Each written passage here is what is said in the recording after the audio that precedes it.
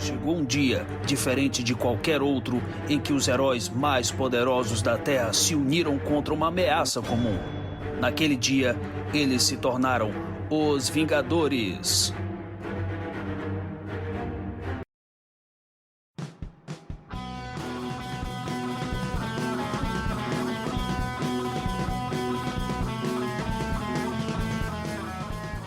E aí, jagunçada, bem-vindos à quarta edição do Avante Vingadores, o seu podcast mensal do site Arte Final. Acesse www.artefinalhq.com.br para todas as edições do Avante Vingadores, Pilha de Gibis, Sete Jagunços, Omniverso e da Pilha do Aranha. Nós estamos também em todas as redes sociais, é só procurar por @artefinalhq no Twitter, Instagram e YouTube. Nós também estamos no Deezer, Spotify, iTunes, Google Podcast e agora no Orelo. E também no seu agregador de podcast favorito. Procure lá que todos os episódios estarão disponíveis para você. E agora, além de comprar seus gibis pelos nossos links da Amazon, você pode também nos ajudar mandando um pix de qualquer valor para artefinalhq@gmail.com.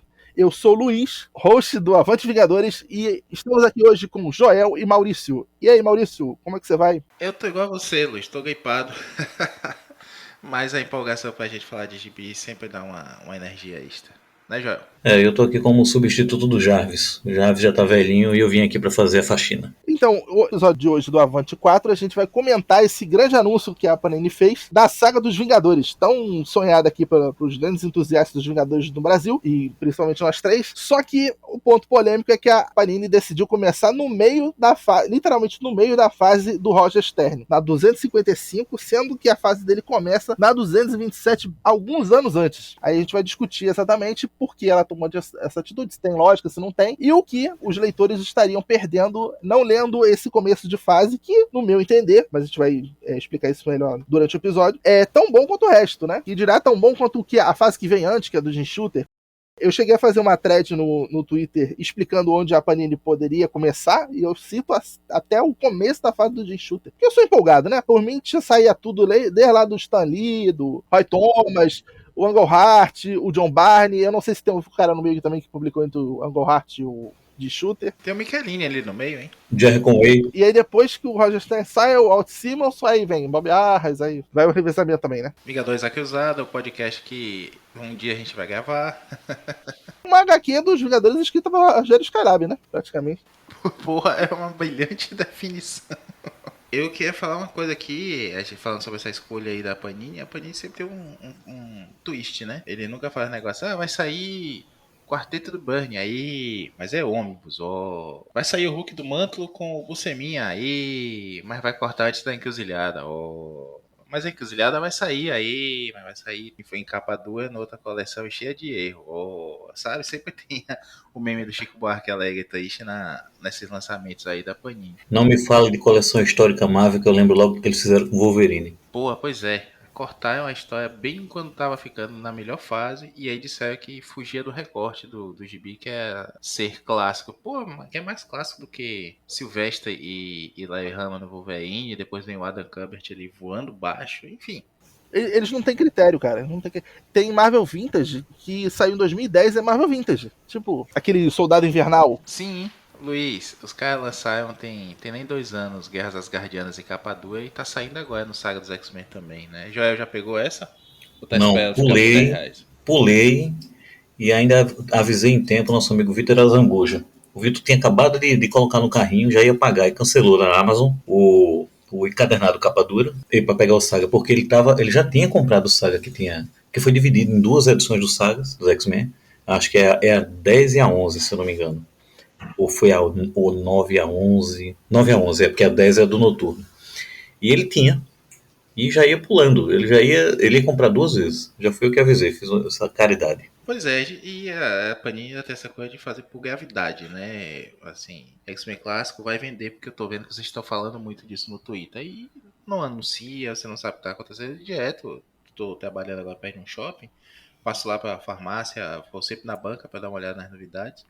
E às vezes eu fraquejo com Saga da Liga da Justiça, Saga do Aranha, enfim.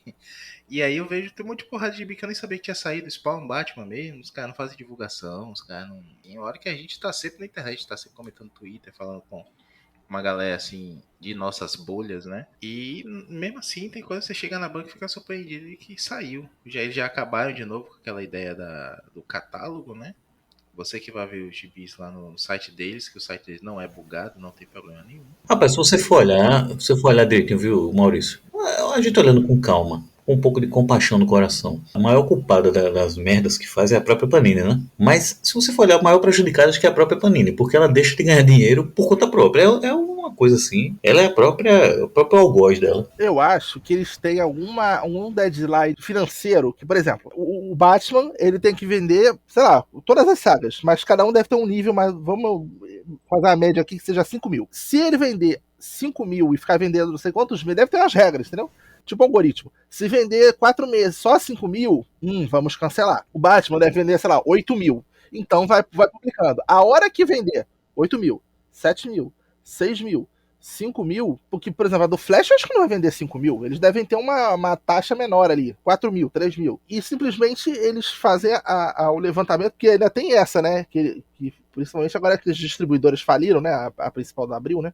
Não sei se agora dão os números mais rápido ou mais distante do que eles precisam. Porque, se eu não me engano, eles só conseguem isso de 3 meses depois, né? Então é só uma edição 4 que eles viriam se a 1 vendeu ou não, né? Ainda tem isso. Aí é geralmente quando eles fazem aquela expectativa para baixo, e aí tem uma edição ali a 5, a 6 que some, né? Geralmente é entre a 5 e a 8 que some, ninguém consegue achar mais, porque eles dão aquela baixada legal na tiragem, e aí a galera começa a pedir, aí já sobe de novo, ou cancela de vez, enfim. Eu nunca entenderei, mas sabe qual que ninguém não entende, nem eles mesmos, é essa métrica deles de venda. Até porque não faz sentido, custa a mesma coisa que pra eles lançar um Saga do Batman e lançar um Saga do Flash, né? O personagem está no portfólio deles, eles não pagam mais ou menos por isso. Não se paga, né? Descobrimos há algum tempo, graças até um tweet, uma série de tweets do Steve Lieber, aquele desenhista, que os artistas americanos não recebem um centavo por esse material licenciado fora dos Estados Unidos, tipo aqueles materiais lindos, né, da Panini França, aqueles materiais da Europa, aqui do Brasil mesmo. Os artistas não vêm um centavo, eles estão autografando, vem pra CCXP autografar gibizinho com o nome deles, mas os quase não ganham um mirrel. Eu não sou conhecedor do mercado de quadrinhos, né? Tem 10 mil pessoas que sabem mais do que eu sobre isso. Mas eu acho uma coisa engraçada que, assim, todos os MBB, Twitter, Facebook, vários podcasts, vários canais do YouTube sempre pensam qual é o critério, e assim, cada um dá uma teoria diferente de qual o critério deles para lançar. Eu tava lembrando agora, não sei porquê, que falando, eu não sei se a gente falou em off, ou falou já no programa, que saem uns Marvel Vintage sem explicação. Eu citei uma fase nova, que é o Soldado Invernal, que é recente pra estar no Marvel Vintage. Mas tem outros que não tem nenhuma lógica de filme. Eu acho que não tinha filme na época pra sair, ou tinha, não sei. Que era o Thor do Len Wein, aquele Se Asgard Perecer. Tipo, lançaram aquilo do nada. Tipo, não é uma fase que vinha coisa perto de antes, coisa perto de depois daquilo, e lançaram aquele ali solto. Aquele ali fazia sentido lançar no Ragnarok, o Thor 3, né? Se Asgard Perecer, não no Thor 4. Eu não entendo o critério deles. Eu não entendo o critério deles também. Eu tenho um mistério maior pra você. Homem-Máquina 2020. O que foi Ali é fã do aquilo? Barry Smith, pô. Quer dizer, Fã do Barry ali. Smith, Não, capa dura platinada. É Homem-Máquina 2020? Não, é Homem-Máquina mesmo, é. Homem-Máquina. Escrito Homem-Máquina, é por. o Homem de Ferro que é 2020, que es- aparece no escrito Homem-Máquina por. e depois saiu encadernado também. Escrito por Tom DeFalco, com a arte do Herbie Trimpe e arte finalizado pelo Barry Windsor Smith. Que saiu em capa dura, cara. Formato de luxo. Eu não sei o que foi aquilo, não. Não sei. Não, e aquilo saiu no formato solto e tinha Sandra Salvati, né? O idiota aqui comprou as 3 vezes, né? Cada um tinha uma coisa a mais que o outro não tinha. Né? Qual? O Homem-Máquina, a minissérie saiu sozinha, saiu agora esse Homem de Ferro 2020, o capa do. O que tem a borda amarela, né? Amarelada. Tá. Saiu na Salvati também. Na Salvati tinha alguma outra história do Homem-Máquina, que eu não lembro qual que é, ou só tinha essa, enfim. Eu acabei comprando 3 vezes. Mas, claro, com desconto, graças a Deus. Essa última aqui não. Eu concordo que acho que a regra não tem regra, mas a gente já ouviu também, né? Algumas pessoas que falam da Panini já saíram, ou falaram em off com a gente, por aqui, por ali. Sempre teve muito um personalismo dos editores, né? A gente fazendo campanha, aquele cara que hoje é do Pipoca Nanquim, se fez muita campanha pra lançar a matéria do Kirby, e aí depois que ele saiu também, que saiu o Quarto Mundo, que novos deuses, né? Todo aquele material lá que saiu, Kamandi, parece que empolgar ali, Etrigan também saiu, enfim. Mas, assim, voltando até para o nosso assunto, acho que a gente está divagando aqui, e tem muito assunto para a gente falar, se a gente não se cortar.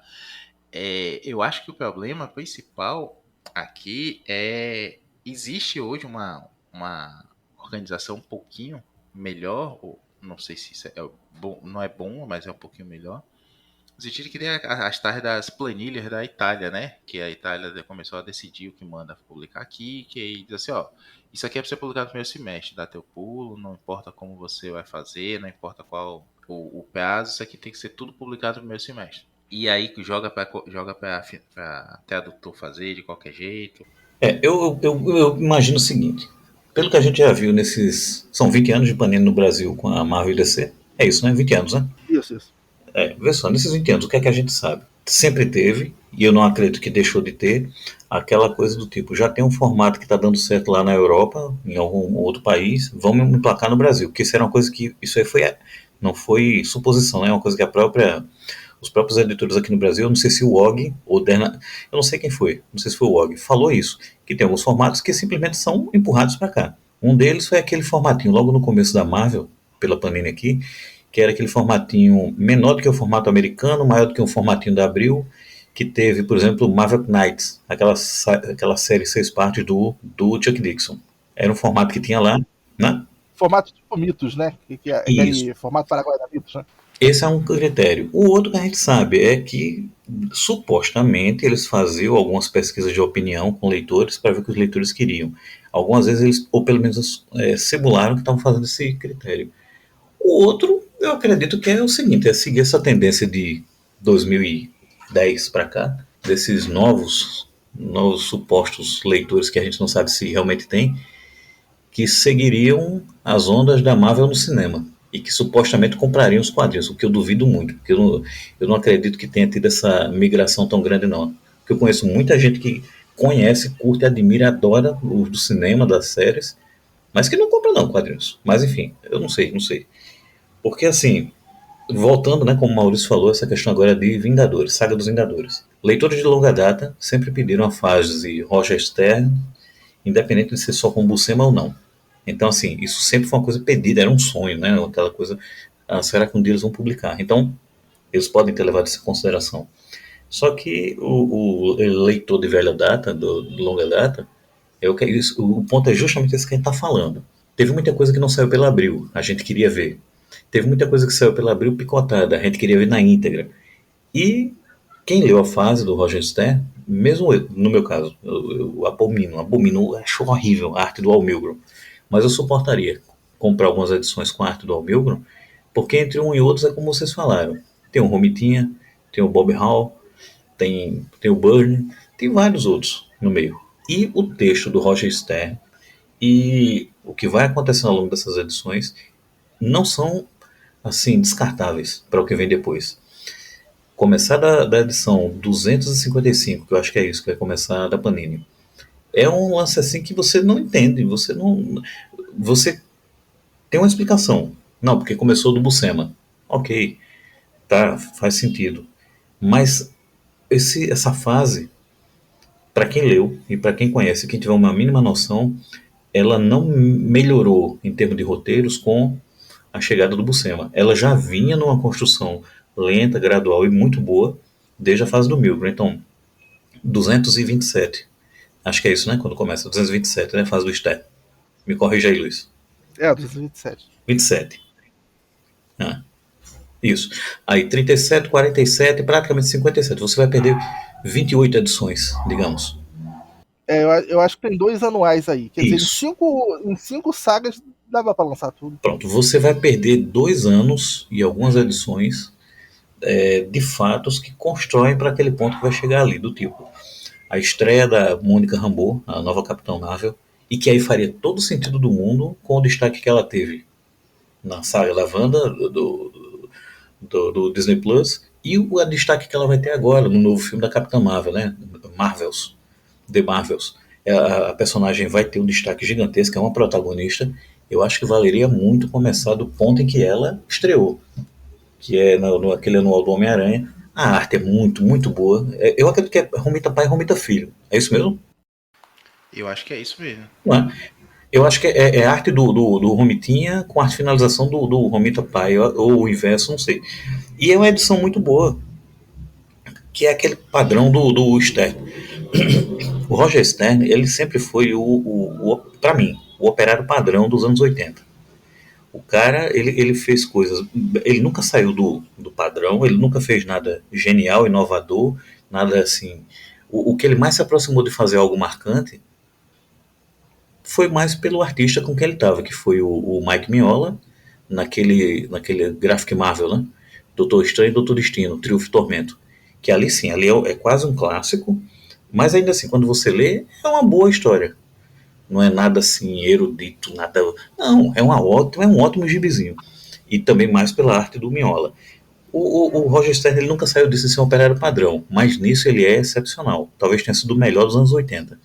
Abaixo dele eu só considero assim o David Michelini, Bill Mantlo e o Englehart. O Englehart também. Mas o Stern sempre foi melhor, porque ele sempre foi consistente.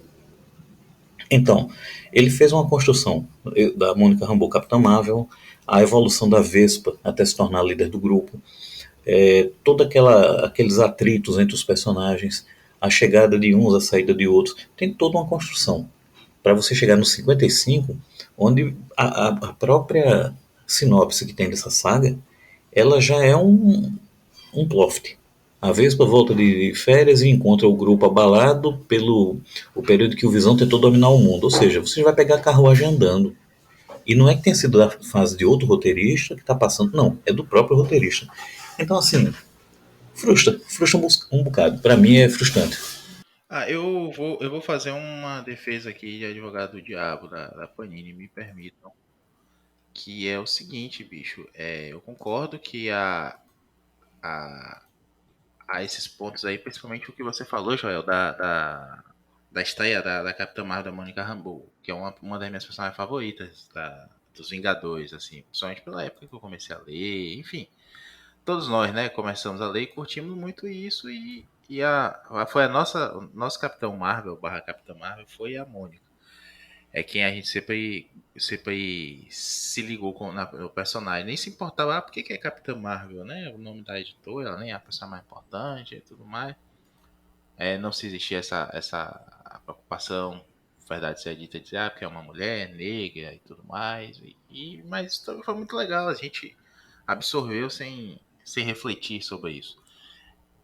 A minha questão aqui é o seguinte, eu tava dando uma folhada nos scans aqui das anteriores, né, da 250 em diante, que são ótimas histórias, o Visão Absoluto, né, não sei como é que seria traduzido aqui, como é que foi traduzido aqui, é uma ótima história, sem dúvida, eu concordo totalmente com você. Na verdade, volto mais até o Stern entra lá atrás, eu tava lendo desde a 250, que é uma bela ediçãozinha também, logo depois ali da história que a Serpente da Lua, vilã ainda, até domina os Vingadores e tudo mais. Inclusive é curioso, né? Ela seduz o Thor e ela praticamente estupra o Thor, porque ela usa o poder telepático dela para fazer o Thor querer dar a desejar, né? Amá-la. E ele já aparece ali envolto só na capa, peladão. Mas sim, aí você vai ver até coisas que o Stern pegou lá atrás e vai resgatar mais na frente aqui, e outras deixas de outros autores. Mas esse é um bom ponto também, porque eu ia dizendo assim, a arte dá um salto gigantesco. Não é só o Buscemão desenhando, é o Tom Palmer finalizando, gente. O Tom Palmer finalizando. Eu acho que deixa aí até o Al Milgrom deixava, né? O Al Milgrom mais palatável. E tem ainda aquela coisa do gibi dessa época, que é aquele flashback que pode não explicar tudo, mas situa bem o novo leitor. Aquele pensamento que a gente já comentou em outros programas, no Pilha, no Piranha e tudo mais, que é o pensamento do Stan Lee de todo gibi pode ser o primeiro gibi de alguém. Então você vai ter uma recapitulação aqui, Joel, nessa 255, cuja capa é pintada pelo Tom Palmer, inclusive, nessa capa da Capitã Marvel aí que vai estar na nossa vitrine. Ela vai explicar, não perfeitamente, não substitui a leitura da fase, mas ela dá um flashbackzinho, ele dá uma situada, os personagens novos vão chegando e vai dizendo assim, porque eu tava assim quando saiu, chegou agora aqui. Eu acho que é um bom ponto de partida nesse aspecto. E entendendo também que o gibi tem que começar bem para vender. Eu discordo do que teve um doido que chegou no Twitter do Luiz, né, Luiz? Para dizer que não existia fãs dos Vingadores dessa época no Brasil. Tá E, louco. pô, cá estamos nós três aqui, sabemos que não somos os únicos, né? Você que está ouvindo esse podcast, se não conhece alguém que gosta dessa fase, que já disse, vejo o Cerco à Mansão, vejo o Ataque ao Olimpo, enfim. São coisas que não são só a memória afetiva, não. Se você pegar hoje para reler, elas envelheceram muito bem. Eu ouso dizer que não envelheceram no sentido de que são ótimos gibizinhos para você ler. Você compara com o gibi atual, vai ter uma porrada de texto, ter coisa... Tinha tipo, porra, tem uma que eu vi aqui que é um pouco antes desse recorte aqui, que é o Thor chamando o Aranha para participar do grupo. Ele não entra, e é o Stern já, né? O Stern tava no Já na Aranha fase do também. externo. E aí o Thor tá sentado no sofá, com a roupa toda dele lá de Thor, né? Aquela roupa que a gente conhece, clássica, e lendo uma revista, uma Time. E aí ele lê a capa do Homem-Aranha, ele fez vou chamar o Aranha. Sabe, essa coisa que a gente não imagina hoje, o Thor sentado lá no trono de Asgard, lendo a Time, lendo a Veja, né?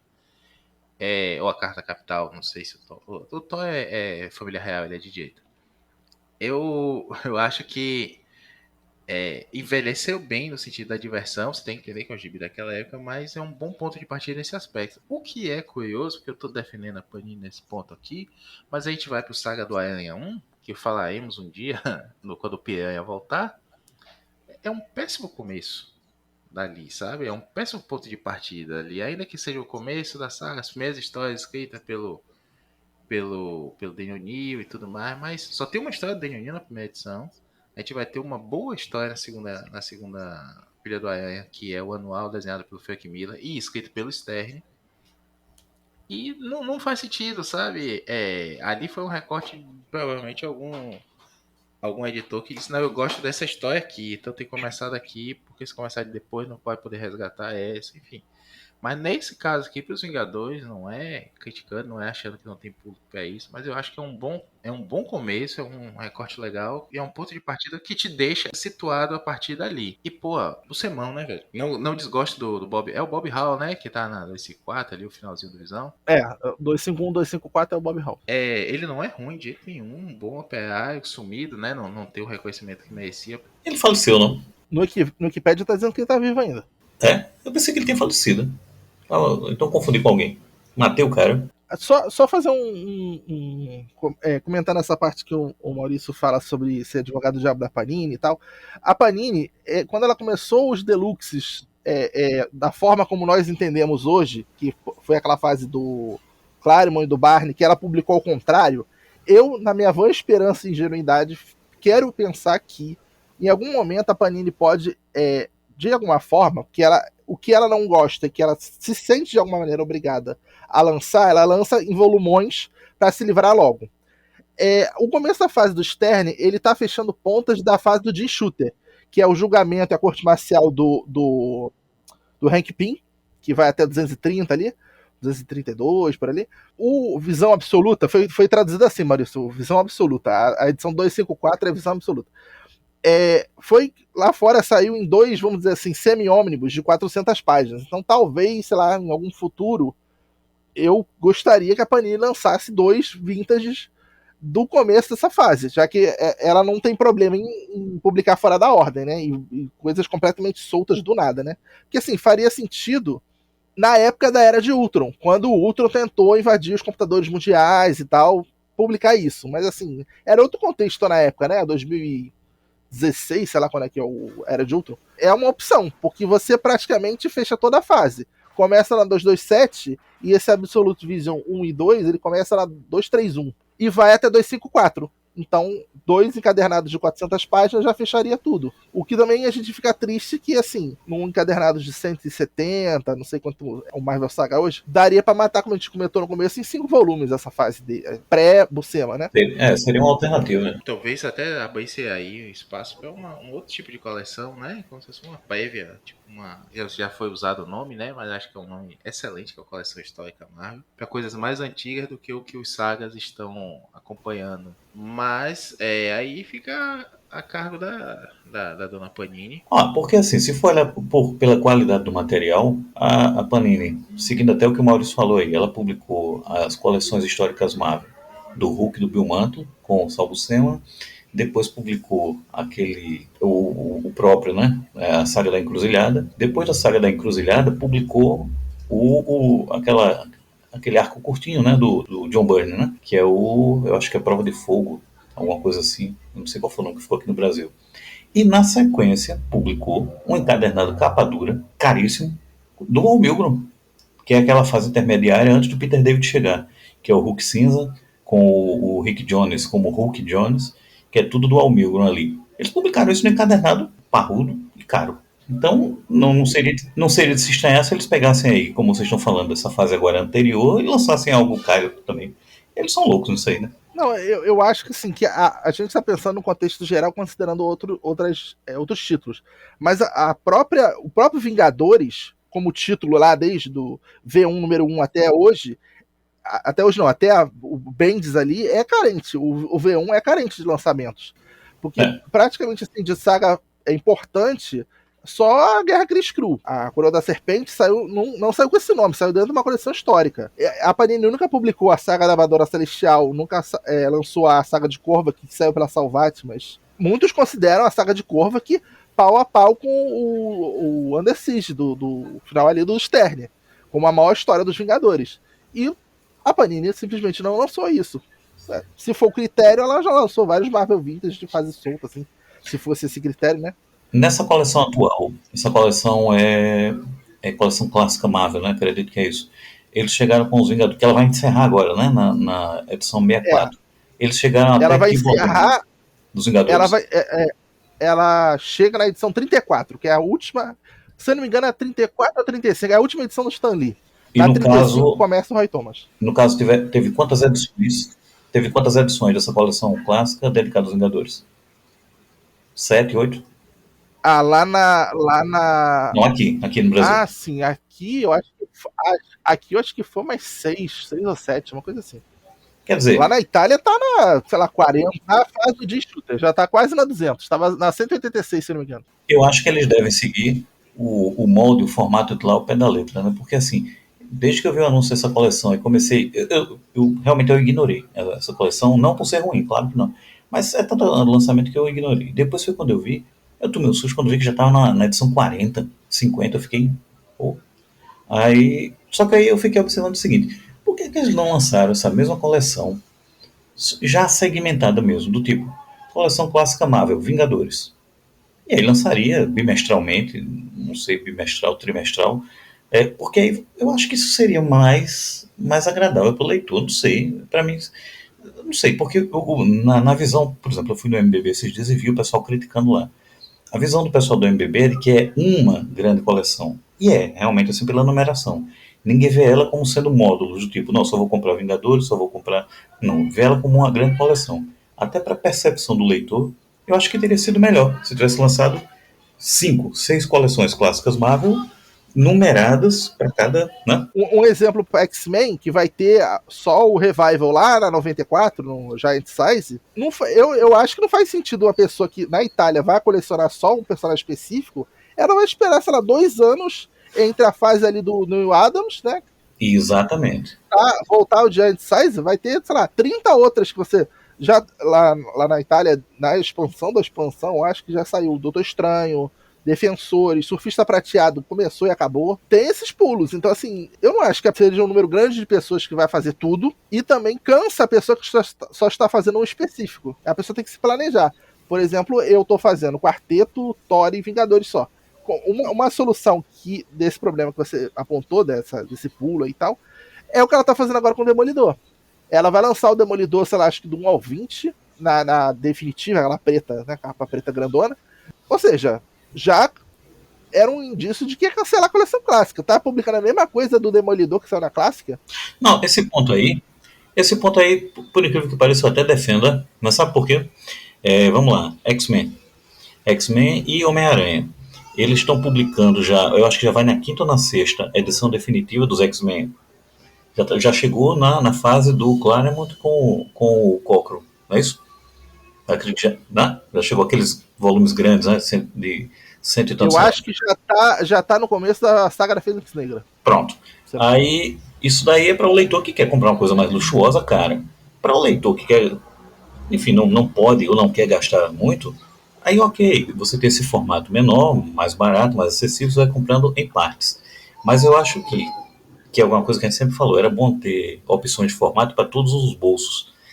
Mas, eu insisto, seria melhor se fosse uma coisa, como você está falando aí, sem esses pulos. Uma coisa segmentada, você saber que a cada 2 meses você ia comprar a continuação e não esperar 3, 4 meses para que saísse a continuação daquele personagem ou grupo que você está acompanhando. Mas falando de Vingadores, né? Voltemos. Aproveitando aqui então isso aí, eu tava dando uma olhada aqui até em capas, né? E o que é que vai sair aí. Então, voltando para Vingadores, nessa época que o run do Roger Stern começa, que ele substitui o Jim Shooter como roteirista em edições seguidas, né? Porque eles estavam.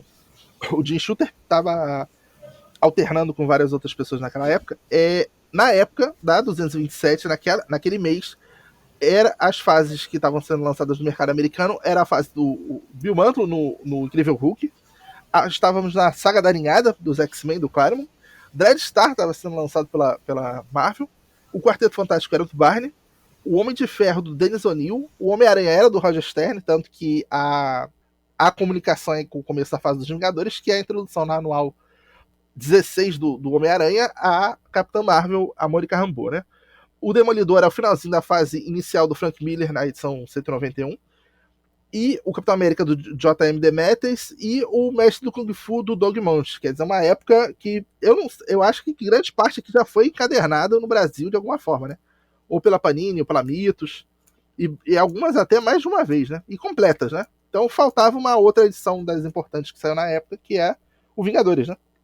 O Vingadores que é carente desse tipo de coleção seguidinha de mensais, né?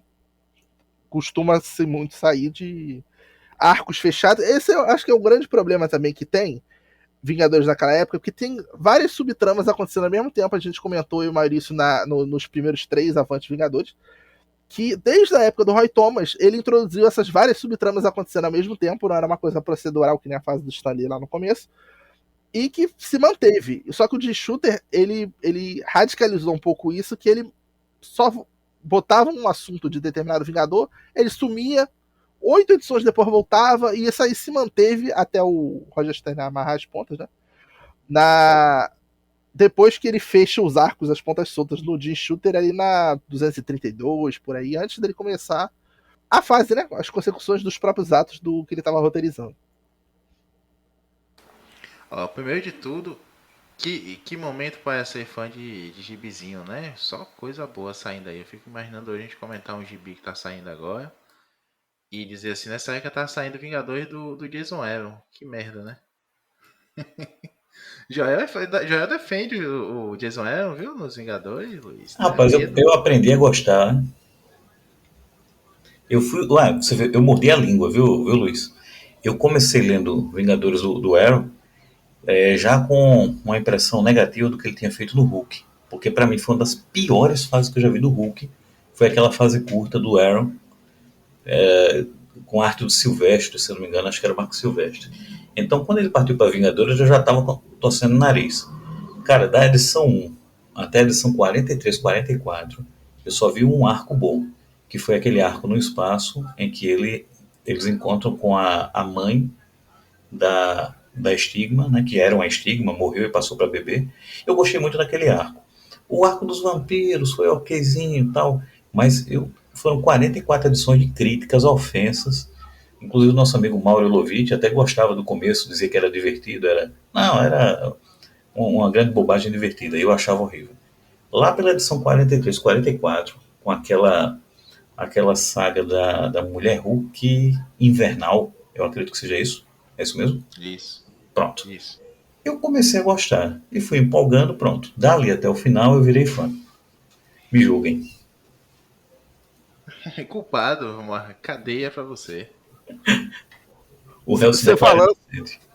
você falando que na 44 fica boa, me lembra do Maurício falando que a fase do quarteto do Slot fica boa. Lá na 40 e pouco assim fica boa. Você sabe quem é que Fica gosta disso? boa. Sabe quem é que gosta dessa.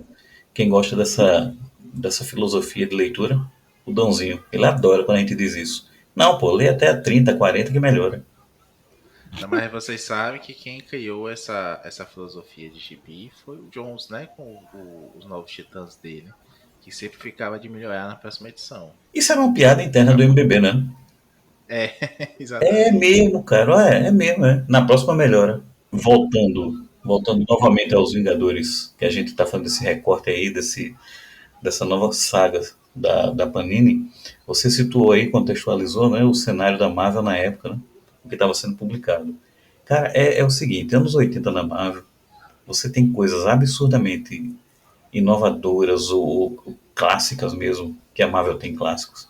Você tem Frank Miller no Demolidor, você tem o final, né, da fase Claremont e Byrne nos X-Men, você tem muita coisa ali, você tem o Bill Sienkiewicz nos Novos Mutantes, que aquilo ali é revolucionário. Você tem muita coisa linda da Marvel. E você tem umas coisas horríveis. Algumas dessas que você falou aí, a gente gosta. Tipo, o Hulk do Bill Mantlo. Eu sou fã, principalmente pela arte do Sal Buscema. Eu gosto muito do Hulk, mas é o seguinte, eu passei a gostar em releituras, porque na época que eu lia, que eu era garoto, eu achava aquilo ali uma coisa brega, cafona, horrível. Eu achava horrível. Depois que eu fui entender que aquilo ali, da maneira como foi feita, era basicamente assim, influenciado pelo seriado da TV. Tinha muito do seriado da TV, se não naquela coisa própria do Dr. David Banner, né, da TV, mas ele se inspirava muito naquilo ali. Então eu acabei abraçando aquela breguice setentista nos anos 80. Mas aí você olha o seguinte, Vingadores. Por mais que a gente goste de Vingadores, a gente gostava muito, e sim, como o Maurício falou aí, existem fãs dos Vingadores dos anos 80, que cresceram no Brasil nos anos 80.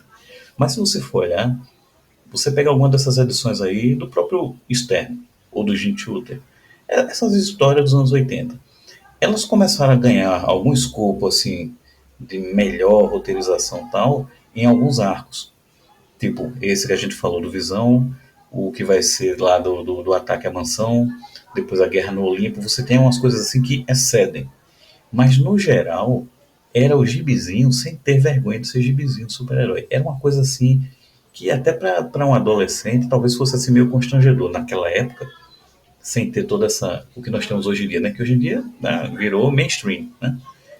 Você gostou de super-herói por conta do cinema, das séries de TV, de streams. Mas se você for olhar hoje, você pegando aquilo para reler, tem coisas assim que você diz, pô, eu gosto, eu defendo, eu sempre vou gostar, mas é aquele carinho nostálgico. Era muita coisa que, se você for olhar direitinho, cara, é de razoável a fraco demais, algumas dessas coisas. Então foi uma época assim de extremos. No caso dos Vingadores do Externo, ele teve que lidar muito com coisas que tinham sido deixadas dos outros roteiristas. Ele tentou dar a sua própria voz, né, aos personagens. Ele tentou seguir o que era o padrão, que sempre foi até essa época, de equipe de super-heróis, que era as interações, os conflitos internos, os arcos de cada personagem, a evolução deles. Você tinha aquela coisa que já era meio... você tinha uma fórmula. Era formulaico. Porque o que ele estava fazendo ali nos anos 80 era o mesmo que tinha sido feito nos anos 70. Deferia um pouco dos anos 60, porque nos anos 60 ainda estavam se descobrindo, né, como fazer aquilo ali. Era meio que era inovador, de certa forma, nos 60. Mas anos 70 já estava uma coisa já estabelecida, anos 80 fez administrar e manter isso. E assim, qual é a vantagem do Stern? Ele conseguia fazer a coisa com uma honestidade de roteiro e com assim uma elegância em si. Ele conseguia fazer a coisa que ela não ficava, por exemplo, vamos dar outro exemplo da época de equipe de super-herói, que eu abomino e detesto, quem me conhece sabe. O X Factor da Louise Simonson. Aquilo pra mim é horrível. Você pega, vamos lá, Defensores. Chegou a ser publicado na revista do Capitão América da Abril os últimos números da revista dos Defensores. Eu esqueci o nome do infeliz, mas foi depois do Demates. Era um cara que escreveu uma formação que tinha a Nuvem, tinha o Gárgula, tinha o Homem de Gelo, tinha o Fera, o Anjo e a Valkyria. Aquilo era horrível também. Terrível. Eu acho que é Peter B. Gillis o nome dele. Acho que é isso. Acho que o Maurício Sim, deve acho que é lembrar. isso mesmo. Pronto, aquilo era horrível. Aí você tem umas coisas assim, os caras pegavam a mesma fórmula, quando o escritor não era bom, fazia merdas colossais. Quando o cara era um bom escritor e que tinha um domínio, ele fazia pelo menos um trabalho de operário excelente como o Stern. Eu acho assim, Vingadores nessa época, isso não é demérito não para a equipe, mas não era um sucesso, não era algo inovador, não era X-Men, que tinha se tornado um hit, não era Novos Titãs, que também era outro hit, não era a Liga da Justiça, que tinha todo aquele glamour.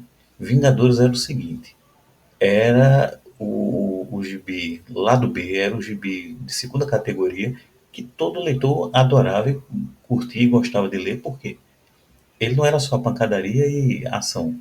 Ele tinha aqueles conflitos de personagens, tinha aquelas interações. É uma fase assim que eu tenho um certo carinho. Agora, eu sei que não passou disso, não foi uma coisa assim genial, gigantesca. Agora o Stern conseguiu pelo menos fazer uma boa fase. Ah, vamos lá, assim, eu não acho. Não acho uma fase genial, concordo. Mas eu acho, mais uma vez, né? Vou defender aqui que esse ponto de partida é legal, porque ele vai preparar para muita coisa legal que tem nos gibis. Aí eu tava dando uma olhada aqui nas capas até. Daqui a pouquinho, eu acho que lá pelo terceiro ou quarto volume, por exemplo, a gente já vai ter tido alguns confrontos legais. A gente tem aquela formação da formação clássica, né? Logo nessa 255 a gente vê o Cavaleiro Negro voltando. O Cavaleiro Negro que vai ficar até a fase da jaquetinha, né? Quando ele vai sumir lá com a Cersei, que ele tem aquele casamento maluco com ela e tudo mais. E a gente vai ter a volta da Jean Grey, provavelmente a gente vai ter aí a republicação. Provavelmente não, né? Vai ter que ter a republicação daquele material que saiu até numa capa dura recente, né? O Retorno da Fênix, um É, nome é, desse. a anual é depois da 260, então tem que ser já na próxima. Pronto, mas já começa mesmo na 265, que aí ele já começa a fazer a propagandear, inclusive, assim, vem aí o X Factor, né? O que é o X Factor e tudo mais, na orelha direita superior dos gibis, né? Guerra Secreta 2 é assim, vai ter Taim de Guerra Secreta 2 também aí. A gente vai ter uma história que a gente até comentou por alto, Luiz, acho que no primeiro e no segundo Avante, que é aquela do Jarvis, né? Uma daquelas que a gente falou que vamos comentar aí no futuro. O Jarvis quase morrendo, ele fica um tempo afastado dos Vingadores, vai voltar lá. A gente vai ter o Thor o corpo quebradiço lá da fase do Simonson também, né? Que ele vai estar com aquela armadura com o capacete dourado e a cota de malha no peito. Tem o Kang Vive, que é uma saga bem legal do Kang, e um pouquinho antes ali da minha saga favorita dos Vingadores, que é o Cerco da Mansão, né? É Dinastia Kang, não, o nome dessa? Esse é o Dinastia Kang? Eu Acho não que lembro é. agora. É, que saiu aqui até no Maiores Clássicos dos Vingadores, né? Naqueles 4 formatinhos. Que é justamente a capa dessa, que é a 269, não é isso? É, 267 a 269 esse arco aí, eu acho. Pronto. A gente tem aí nessa, que é antes disso, né? A gente vai ter uma dessas reformulações, que é quando o Dr. Druida entra no gibi. Eu não me recordo bem qual é a fase que o Dr. Estranho estava rolando aí, mas o Stern não pôde usá-lo no gibi. Aí ele bota o Dr. Druida, bicho, como o místico de plantão, né? Aí é o Dr. Druida, a Mulher Hulk. A Mulher Hulk foi o Stern que trouxe lá atrás, inclusive. Que é uma edição bem bacana ali para 220 e pouquinho, que é uma Mulher Hulk ainda selvagem, né? Antes daquele remake do Burn, então ela às vezes quebra o pau com a Janet, e às vezes ela tira onda com o Gavião Arqueiro. Tem até uma edição bem bacana que ela acaba, o Gavião Arqueiro vai tirar onda com a cara dela, ela pega, beija ele não quer beijar ela, ele acha ela um monstro, né? Ela nada daquilo da mulher Hulk desejada, né, gostosona que a gente viu a partir do Burnie. E é uma das minhas eventos favoritos dos Vingadores, né? Essas duas coisas que eu gosto muito, que eu acabei nem falando muito lá nos primeiros avantes, para não queimar a pauta. Um é a edição de nova formação dos Vingadores, e o outro é que nessa época aí, o leitor mais novo, né? Essa que não está acostumado também com o Thor lendo, tomando chá e lendo a Veja, é o martelinho dos Vingadores. O líder dos Vingadores tem sempre um martelinho lá, né? Que eles presidem as reuniões semanais dos Vingadores. E tem o líder, o Chairman, né? Que fica só como líder mesmo. Ele é rotativo. É eleito pelo voto dos Vingadores mesmo. E ele vai fazer sempre o acompanhamento ali do gibizinho, né? Da equipe. E a gente vai ter, quando a gente vai ter a Vespa, né, como líder da equipe, Pô, inclusive. isso é quando a gente falar sobre membros históricos, alguma coisa assim, que era uma pauta futura, a gente tem que lembrar. Teve 2 momentos que o governo interferiu na quantidade de membros, lembra disso? Que eles Sim, definiram que tinha que ter 6 ou 7, aí também depois. Na fase do Buzz, que também ele fez uma homenagem também botando, acho que é o Peter Gillis, né? Dizendo que tinha que ter 6 ou 7 de novo, que tinha um monte de Vingador. e tem a história de ter o Vingador Negro, né, que o Pantera entra nesse esquema, tem alguns personagens são o Falcão, na verdade, entra nesse esquema, perdão. Pô, tem um diálogo do Homem de Ferro nessa do Buzz que é bem. Como é que chama? Brasil Paralelo? Não somos racistas, temos até membros negros e mulheres. Eu falei, caralho, que porra é essa? É verdade. É assim, o rosto dele, um balão enorme, que também é o Buzzer que adorava nessa época. E falando, eu falei, caralho, que negócio constrangedor. Eu tenho que achar esse negócio pra postar um dia desse aí, botando Homem de Ferro de direita. O Buzz aqui já fez um meia-culpa disso aí, né? Que ele admite, assim, que ele estava usando muita verborragia. Não em relação ao conteúdo, né? Ele quis mostrar mesmo essa discussão, né? Do, do, do Stark ali, daquela coisa mais pesada dos Vingadores, mais núcleo duro, né? Por assim dizer. Mas não, mesmo assim, não é uma coisa que ele se arrepende, e não tem por que se arrepender mesmo, não, porque é uma baita sacada ali que ele faz.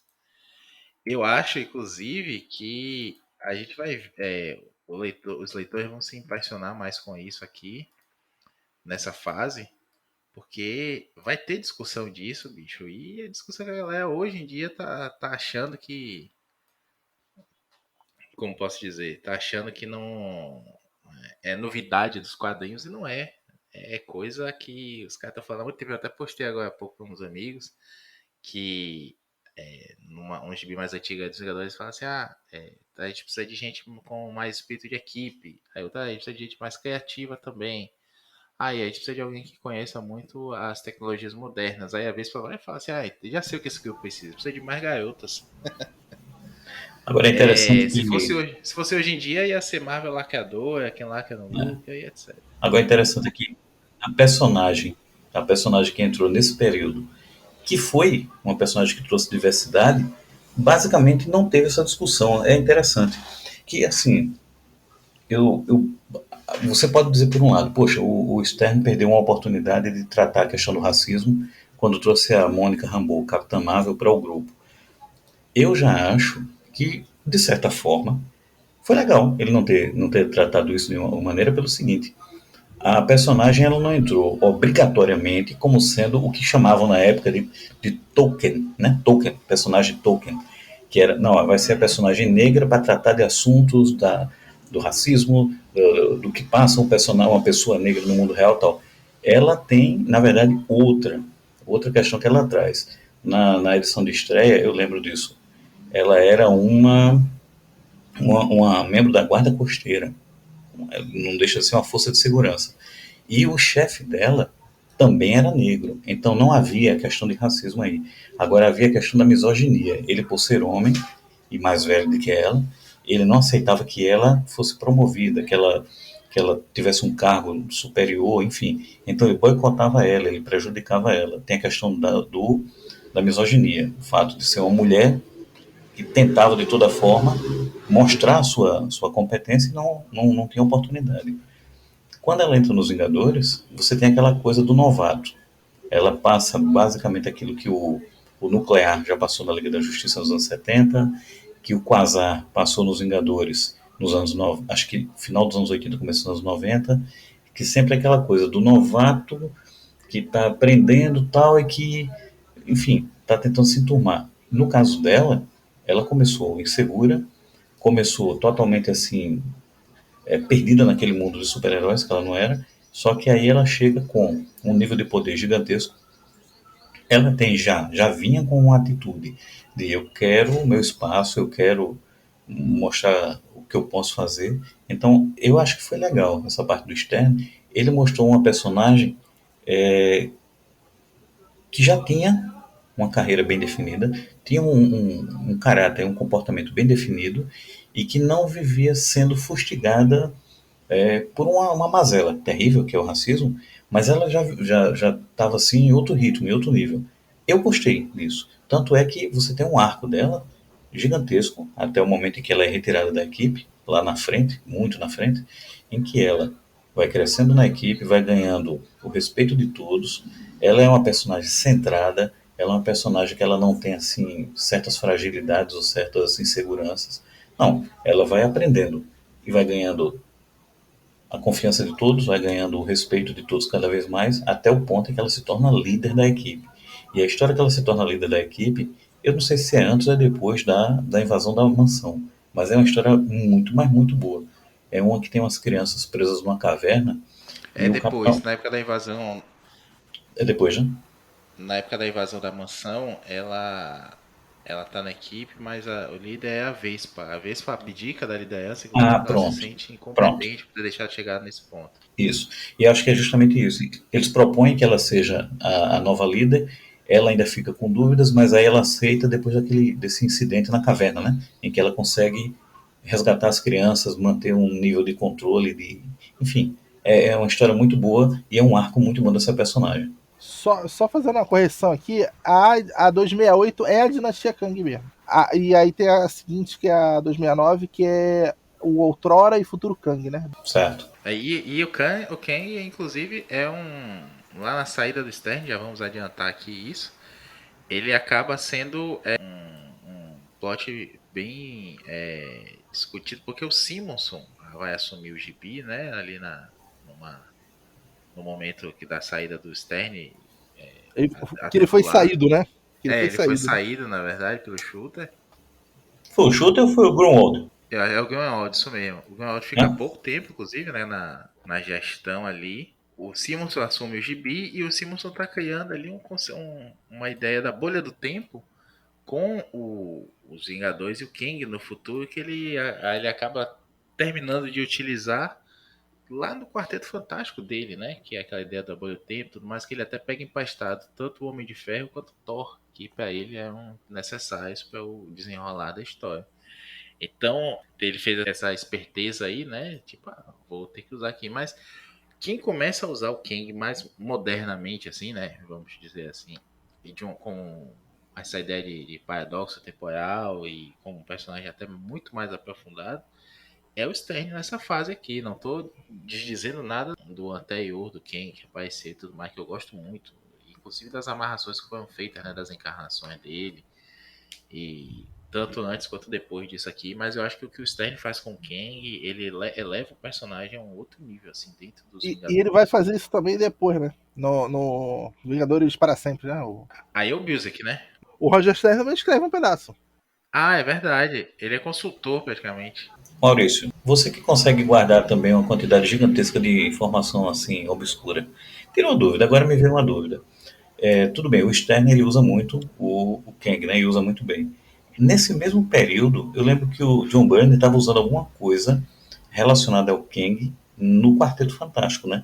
Eu tô com uma cena aqui na cabeça, mas eu não lembro se foi no Quarteto ou Vingadores, em que ele mostra um cientista do futuro que usando até aquelas roupas de arqueólogo do século XX, mas sendo no futuro distante, em que ele desencava a tecnologia do Doutor Destino, e essa tecnologia é o que possibilitaria, nessa versão, dele ser o Kang, o Conquistador, né? O Viajar no Tempo. Era a tecnologia do Destino, do Doutor Destino, do Victor Von Doom. Uhum.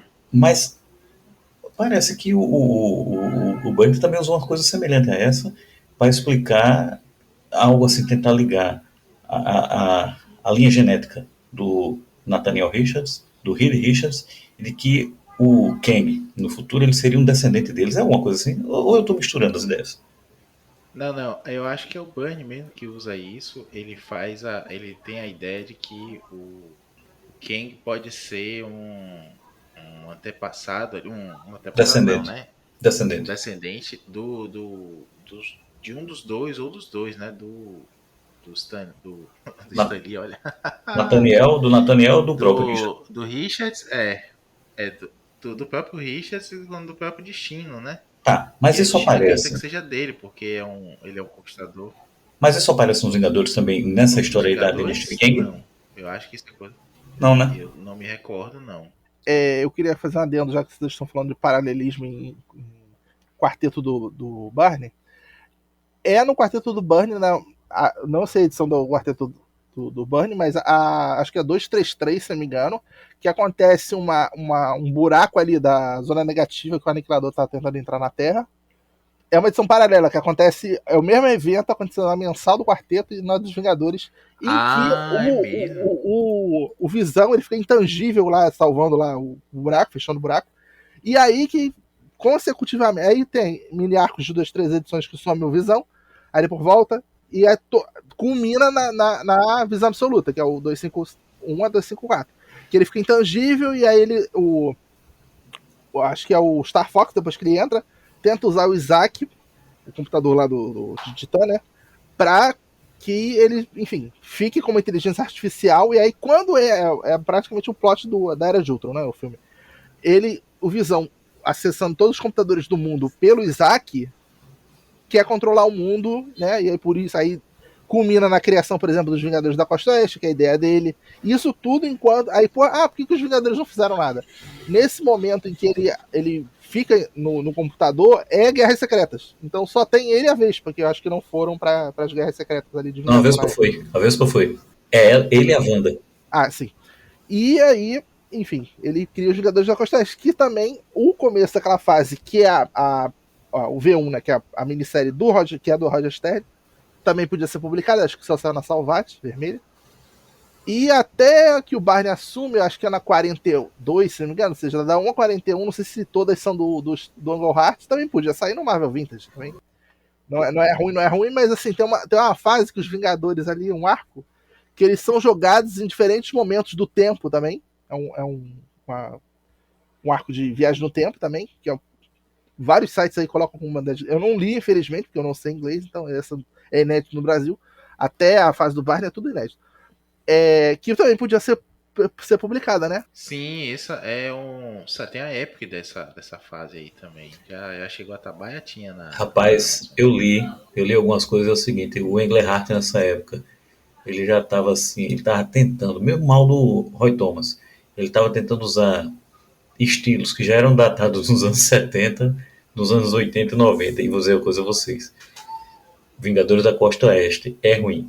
Me perdoe se vocês gostam, mas é ruim. E pior de tudo, tem desenho do Al Milgrom. Isso eu lembro.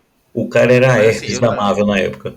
Eu não tenho muito carinho pelos Vingadores da Costa Oeste até o Burn chegar, não. Agora veja, fala a verdade. Isso aí que o Luiz acabou de narrar, ele pegou uma linha de tempo aí e comprimiu. Você vê o quanto o Burn ele era. O cara, ele realmente assim, ele tinha um. Ele gostava, ele ama, eu acredito que ele ainda ama muitos quadrinhos, e ele investia muito nisso. Ele criou essa história do quarteto, com o Edifício Baxter, cercado por um campo de força. Pegou o Visão, que estava nos Vingadores. Acho que nem estava nos Vingadores na época, não sei se ele estava, ou se ele tinha acabado de voltar para os Vingadores. Usou o Visão lá, desativou o Visão. Na mensal dos Vingadores, se desenrolou essa história, porque o Stern e o Burn, eles eram muito, aparentemente, eles eram muito bem entendidos, né, assim, desse bate-bola deles, cada um nas suas revistas. Então, você tem todo esse desenrolar do Visão desativado lá no edifício Baxter, ele sendo reativado com a ajuda do Isaac, de Titã, ele ficando surtado e tentando dominar o mundo e criando os Vingadores da Costa Oeste. Quando o Bird vai para os Vingadores da Costa Oeste, lá para a edição 41, 42, ele retoma a saga do Visão sendo desmontado, que gerou Visão Branco e acabou com o casamento da feiticeira, e que de lá para cá todas essas instabilidades na existência do Visão se deram a partir desse momento. Se você for olhar, o Byrne ele fez uma trama e uma subtrama gigantesca, que foi dessa história no quarteto até chegar na 41, 42 dos Vingadores da Costa Oeste, onde ele foi capturado por governos do mundo todo como uma represália pelo que ele tinha feito tentando dominar os computadores do mundo. Ele é desmontado, reativado, sem, digamos, a personalidade que ele tinha, né? As memórias que ele tinha. Mas isso, inclusive, é uma matéria pra gente até fazer um programa aqui estilo Nelson Rubens. Ok, porque tem várias tretas aí envolvendo essa história, né? Existe a questão há um comentário aí em relação a essa fase dos Vingadores em que o Byrne, de fato, ele quer fazer assim, desdizer o que outros escritores disseram, e ele quer contar a história dele. Então ele pega é uma história que inclusive se passa no passou aqui, saiu na Capitão América, né? Que é ele contando a história de que o Tocha Humana original foi uma base ali pro corpo do Visão e tudo mais. Então ele há muito hate aí até por conta disso, né? Que Ah, ele sim, estaria. isso. Ele Ele quer retconia desdizer o totalmente, né? escritor anterior, ele quer desdizer o escritor anterior, ele quer provar que o visão dele, que é aquele visão lá de, sei lá, e quando ele só desenhava o título é o que vale. Então tem muita treta disso aí envolvendo o próprio Byrne também. Inclusive, me permitam aqui sugerir piruar, aqui eu como convidado hoje desse podcast, piruar um pouquinho. Se vocês um dia quiserem discutir a história dos Visões, vai dar muito pano pra manga, viu? Os Visões, todos. Desde o original da Segunda Guerra? Porque assim, você defende que o melhor Vingador é o Gavião Arqueiro, né? Eu já defendo que é o Visão. Eu prefiro o Visão. Mas enfim, se você for olhar, a questão do Visão, bicho, é um dos personagens, assim, se você for olhar, mais paradoxais que tem, mais estranhos, mais esquisitos e mais queridos dos Vingadores. Porque você tem o original, que é o da Era de Ouro, aí do nada surge esse, que é o dos anos 60. Eu não vou me alongar muito aqui, porque senão a gente já vai tangenciar mais uma vez o podcast.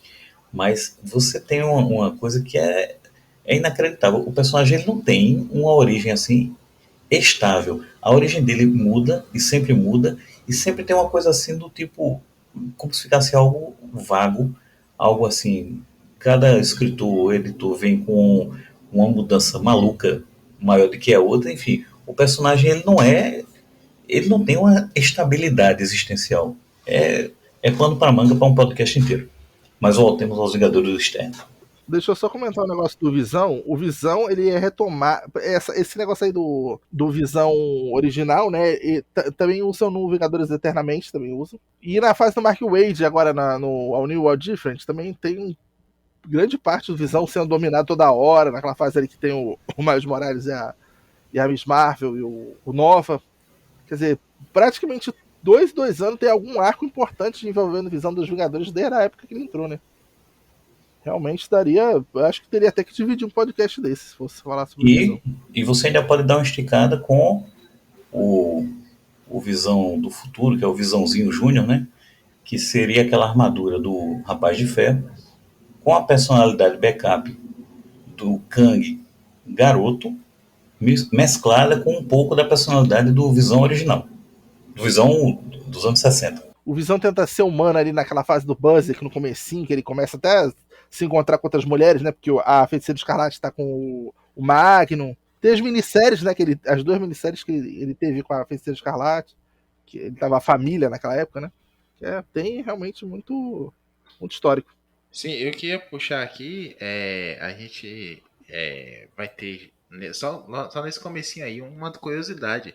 A 255 é a última edição, já com o Buscema, né? Essa que começa o Saga. é a última que tem o logo dos Vingadores, The My Avengers. Depois ele muda para aquele The Avengers que a gente conhece, né, com o arco embaixo ligando o A ao S do nome Avengers, e que é o que fica famoso dessa época, que aqui a Bayo na época adaptou muito bem, inclusive, eu acho legal a forma como eles fizeram o arco, né, naquela época ali. Enfim, a gente tem logo depois ali Terra Selvagem, os Vingadores na Terra Selvagem, onde eles encontram o Terminus e a gente vai ter aquela história de Vibranium Antártico e tudo mais. De lá vai para os Skrulls, aí entre Guerras Secretas 2, essa nova formação, né, com o Dr. Druida e tudo. Aí a gente tem o cerco à mansão, a volta da Jean, né, o ataque ao Olimpo, tem o Kang. É muita história boazinha, bicho. Eu concordo com você, Joel, no momento que você diz assim, é gibizinho que não tem pretensão, e isso pode acabar decepcionando uma galera, que eu acho que vai acabar acontecendo também. A gente deve falar disso, eu já falou, não sei em que momento do tempo a gente está saindo desse podcast, do Saga do Flash, do Flash do Wade, que eu gosto muito, mas eu tenho que reconhecer que é um gibizinho que ele tem o seu momento, e ele tem ele tem altos, bem altos, e tem alguns baixos que são assim, pô, vou ler, eu vou comprar o do próximo mês, porque o desenho está ruim e tudo mais. É a mensal daquela época. Não existia um grande plano de um run e tudo mais, não. O cara entrava no gibi e tinha algumas ideias ali e ele ia fazendo, enquanto ele não fosse demitido do título, né? Eu não chamasse ele para uma outra coisa, provavelmente maior, mas se ele tá no Homem-Aranha, vai para algo maior, vai para onde, né? Nem Vingadores é tão grande assim quanto um Aranha, um X-Men. Uma provocação.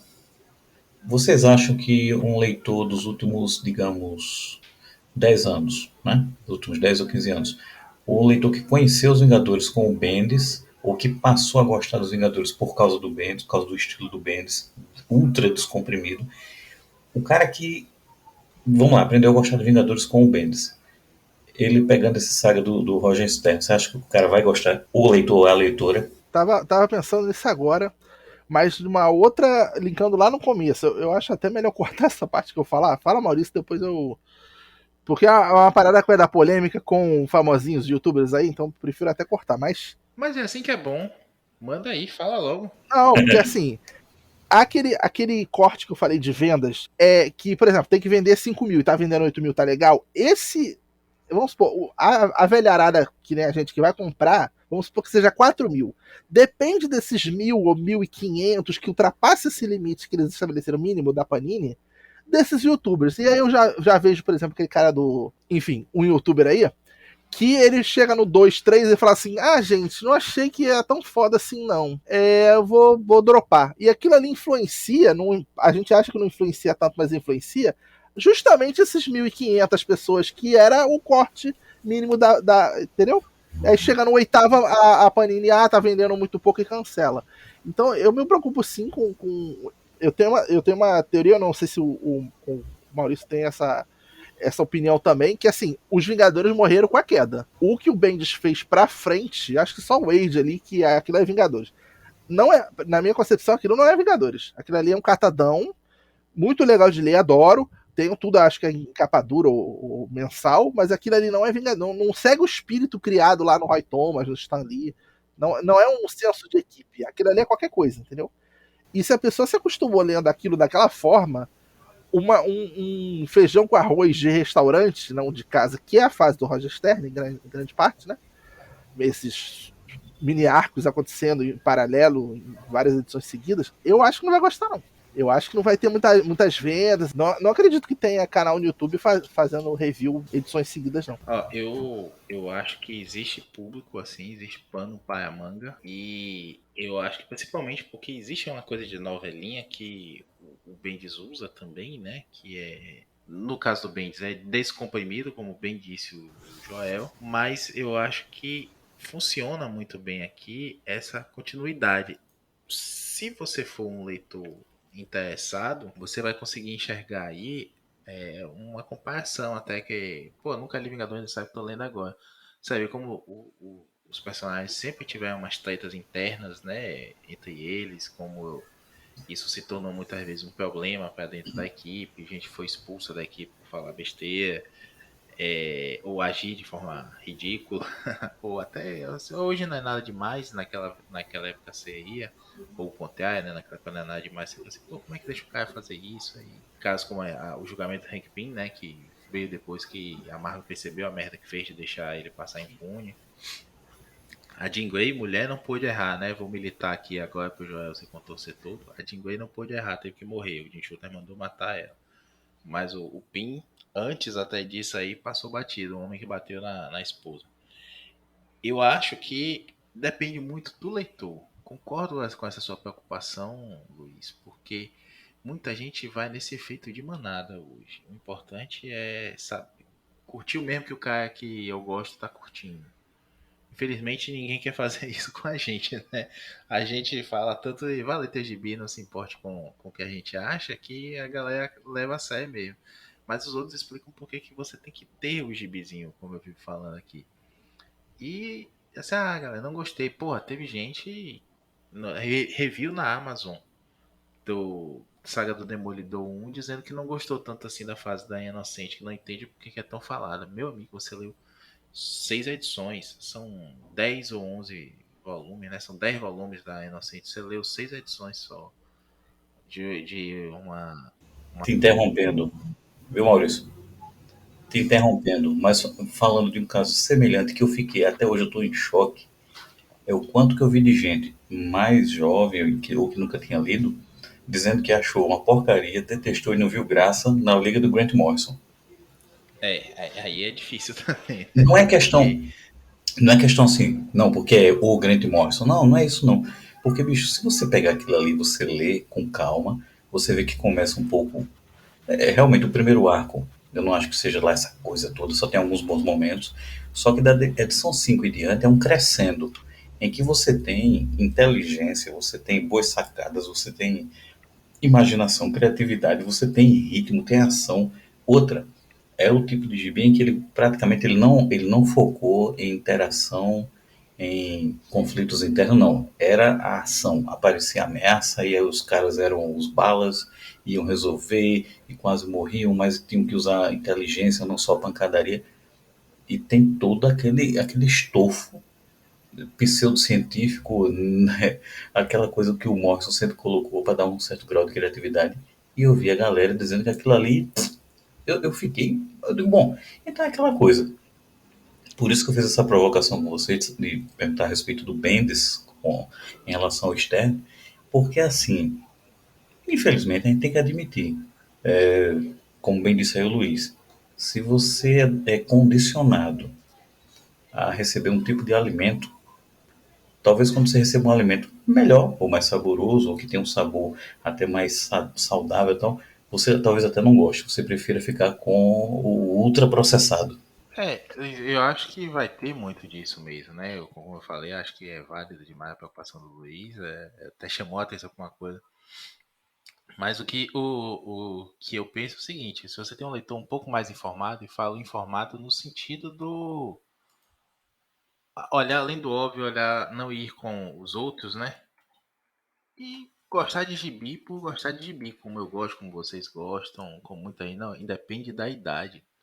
A gente tem gente nova aí que a gente conversa muito no Twitter que os caras estão ávidos. Eu falo muito do Rafael, um amigão meu lá do portal do Mega Hero, gravou com a gente aquele 7 agosto sobre Power Rangers. O Rafael, ele entrou mais no mundo dos quadrinhos, já curtia, mas entrou no mundo dos quadrinhos por causa dos quadrinhos de Power Rangers. E ele foi atrás de outras coisas, e tá sempre questionando, perguntando, lendo coisa nova. E ele gosta de gibi, ele gosta da mídia, ele curte conhecer coisa nova, dizer se aventurar e dizer assim, cara, eu não gostei disso, mas não gostei por isso e aquilo. Tem muita gente, depende de idade, depende do momento que começou. Não tô dizendo, no meu tempo, não é nada disso, não. Mas infelizmente hoje, com o advento de rede social, assim como a gente podia ter lá um amigo que é mais influente, né? Porque naquela época era difícil achar outro nerd que achasse que gostasse de bi. Eu tô com um problema aqui de vazamento no meu apartamento. Falei com o vizinho de cima e quando eu cheguei, ele chegou aqui, tá com a camisa do Darth Vader também, né? Então, hoje tá fácil. Naquela época a gente achar o outro leitor é difícil. E aí, se fosse um leitor mais velho que passasse mais segurança, você acabava indo na dele, né? Gostar da mesma coisa que ele, ou tinha Mas, e vergonha aquele até de negócio, não Maurício? dizer. você tinha realmente, assim, pelo menos na minha época, eu tenho 47 anos. Nos anos 80, quando eu comecei a ler quadrinhos, comecei com ler mesmo com 6. Mas antes disso, os pais, meu irmão, já meu pai, minha mãe e meu irmão, eles me davam para eu folhear, eu não lia. Mas a partir dos 5, 6 anos, eu comecei a ler com 5, com 6 já estava lendo quadrinhos. É, nesse período, ok. Mas quando eu estava com 7, 8, 9, 10, 11 anos, eu comecei a entender, perceber e ver que naquela época você era literalmente um pária. Ele lê gibi, tá? Os outros garotos achavam estranho. A menina praticamente não lia e a menina achava mais estranho ainda. Esse cara gosta de gibi e tal. Você tinha realmente isso. Isso não é uma coisa de filme americano, de pária, nerd, não. É porque realmente era uma coisa e você ainda tinha o outro lance, em que você se tornava leitor, você gostava e você colecionava. Quando alguém mais velho da própria família ou amigos viam isso, quando você já estava, digamos, com 13, 14 anos, que é isso, rapaz, alguém dá uma Playboy para esse menino vai ficar estranho, que era aquela coisa. Exatamente. Cara, era uma coisa absurda, nos anos 80, 90, nessa virada 80, 90, se você gostasse disso, você era um esquisito, não era uma coisa. Aí, como você falou, hoje em dia é mainstream, é moda. Na verdade, hoje em dia eu vejo pessoas que, vamos lá, tem seus 20 anos, menos de 20, um pouco mais de 20, metade da minha idade, em que eles fazem questão de ter memorabilia, de ter colecionáveis, de ter tudo relacionado com personagens de quadrinhos. Por quê? Hoje em dia é legal, é cool, né? É descolado. Mas há 30 anos, há 40 anos, cara, não, você era você era um esquisito.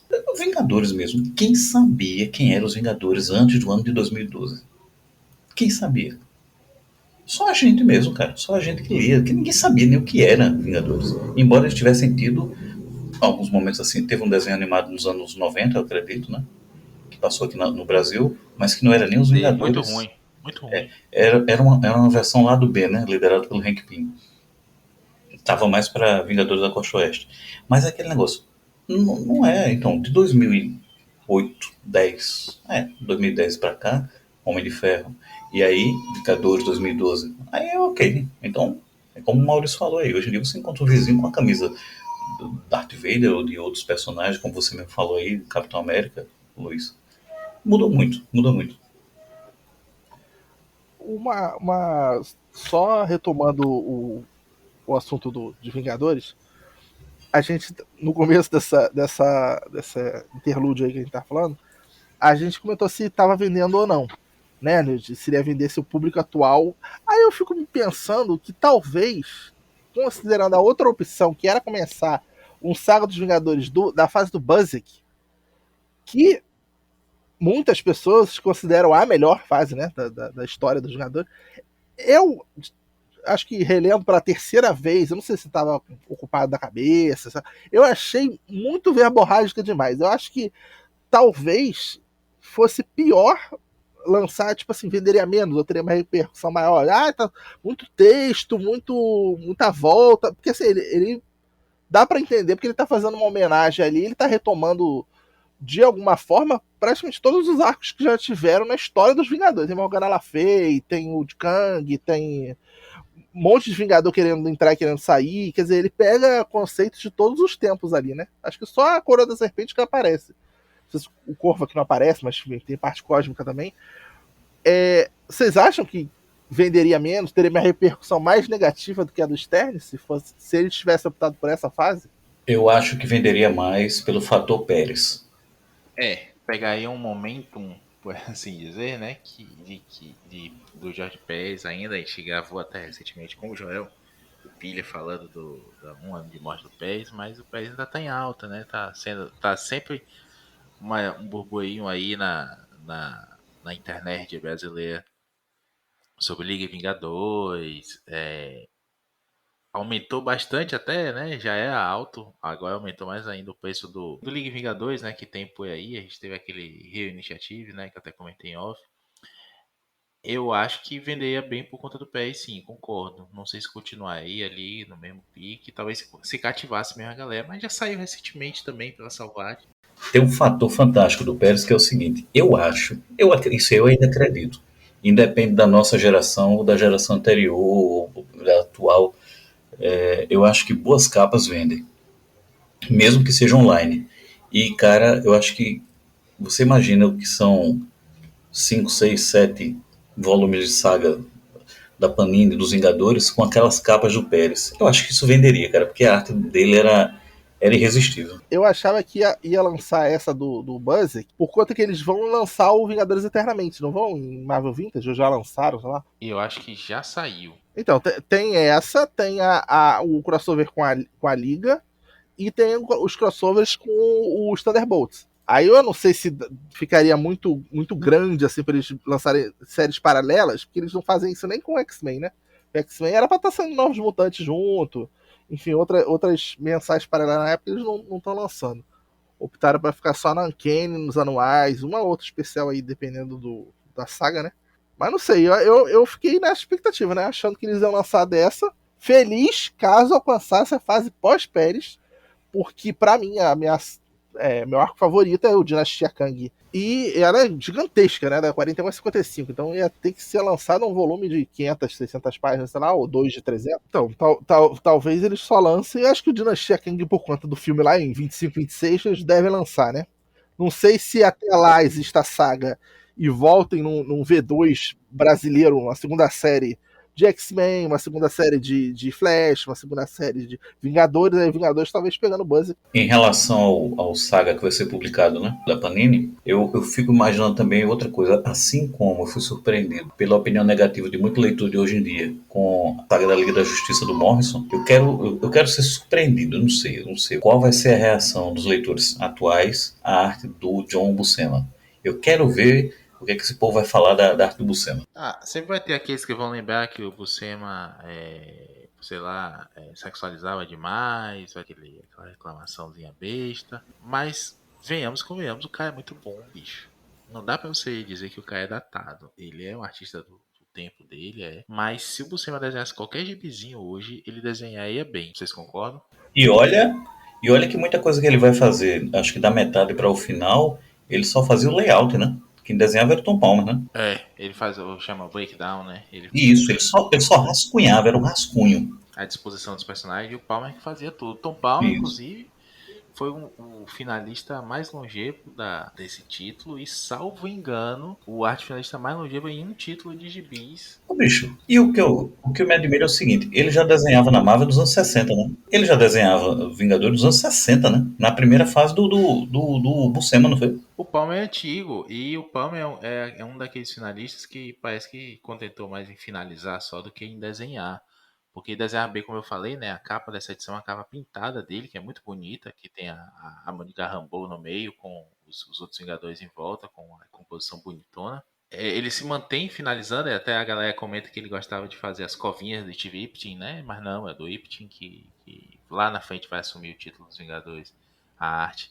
Ele sempre fez isso, a gente pode ver aí outros gibis do Ipting, inclusive com o Bill Baker. Ele sempre gosta de desenhar todo mundo com covinha. O Tom Palmer vem de uma galerona aí de finalistas da Marvel que são pouco conhecidos, né? Que mereciam ser mais conhecidos pelo traço.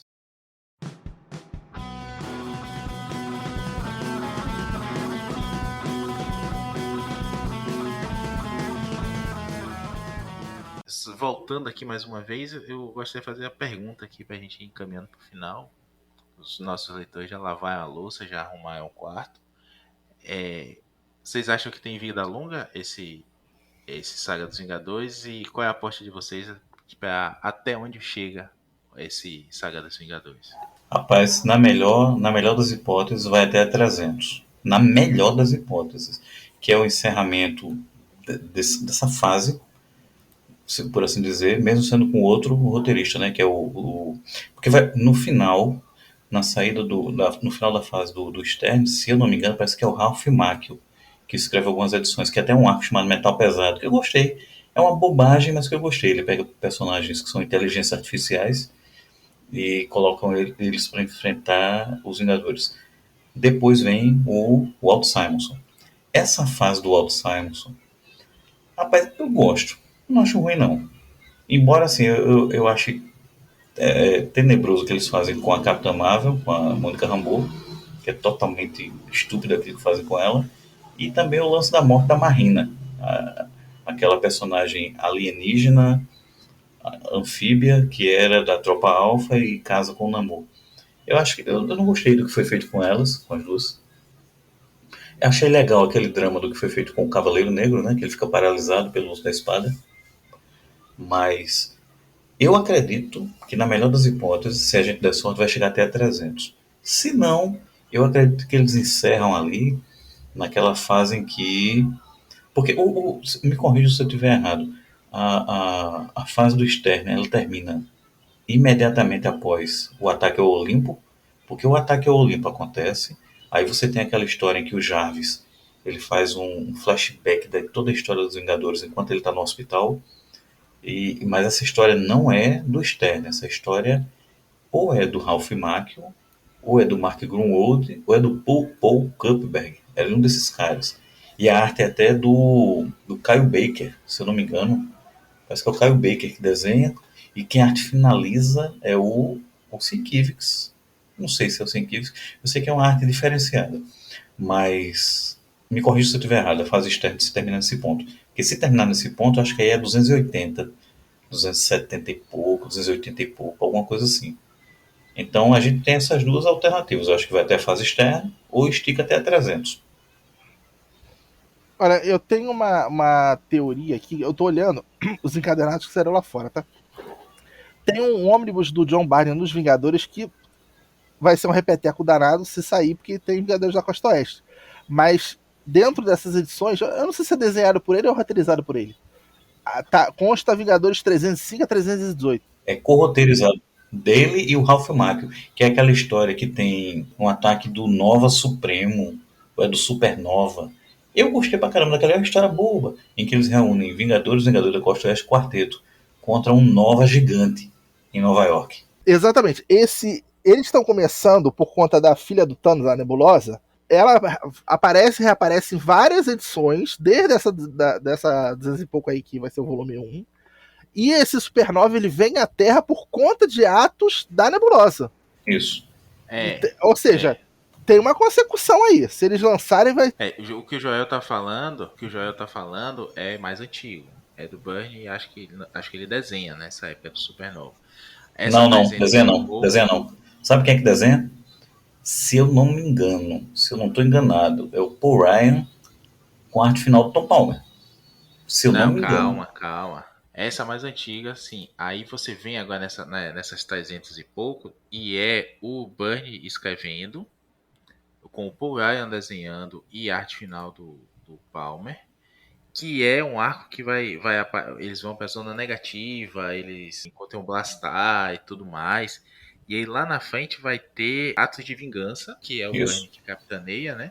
Isso. E mais adiante a gente vai ter, que é uma das minhas primeiras histórias dos Vingadores, o Ryan desenhando, que é com o Aranha, que é quando a Nebulosa volta. A Nebulosa volta e ela tá usando lá aquele cristal que dá uns choques na realidade, né? Que tem aqueles quadros brancos lá que dão espasmos na realidade. Eu adoro essa historiazinha aí. Saiu em Capitão América. Se você olhar a capa da 315 a 318, é a Nebulosa na capa.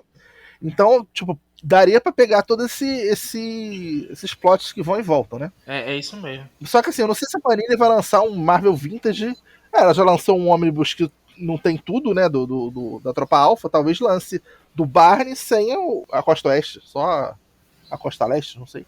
E você, Luiz, qual é a sua aposta aí? Vai até onde? Então, eu acredito que eles vão até depois da fase do Walt Simonson. Talvez eles peguem um encadernado, um vintage da fase do Barney, encerraria na 318 e o Operação Tempestade Galáctica, que já está programado para sair, acho que em junho, né? Saiu 26 de maio.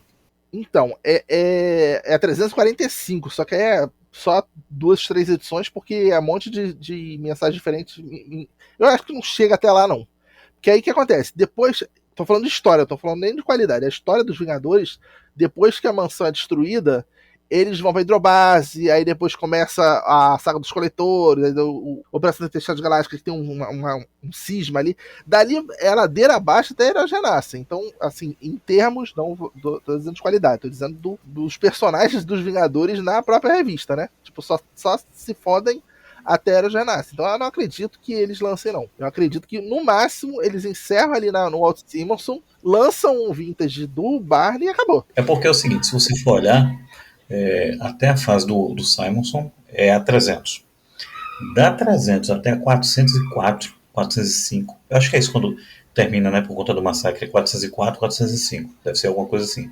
Você vai ter 100 edições, que aí vai ser esse primeiro arco do Ralph Macchio, que é curtinho, aí você tem a fase Burn, depois da fase Burn, se eu não me engano, parece que vem um período que eles ficam alternando com o Larry Hama, com o Nicieza, eu acho que é isso. O Rama tem um arco considerável Isso. nos Que Vingadores. Abril E ele picotou tem. isso, né? A Abril saiu, juntava 3 Saiu até histórias em uma bastante só. coisa já. Saiu até bastante coisa. Saiu aquele arco com o Protetorado do Povo, que tem o Caia Isso. Nuclear lá, Aí o você tem, Submarino, isso daí deve ser pela a estreia do Rage. 320 e 330. Aí lá para frente, você tem aquele arco em que eles reformam a equipe, eles têm uma base que parece assim uma daqueles templos do Iraque, da antiga Babilônia, né? Que é a mesma base do período do Desafio Infinito. É aquela base que é um quadradão lá. E você tem, depois disso, tem aquela saga do. Pronto, aí vem a saga que é com o Bob Hara, em que você começa com a saga dos coletores. Da saga dos coletores, que eu acho que é 340, vai até 400. Se eu não me engano, parece que o Bob Harras vai até 400, perto da 400, e aí vem o Terry Kavanagh, né, que é a besta-fera dos anos 90, dos quadrinhos da Marvel. Já Saga dos Coletores, né?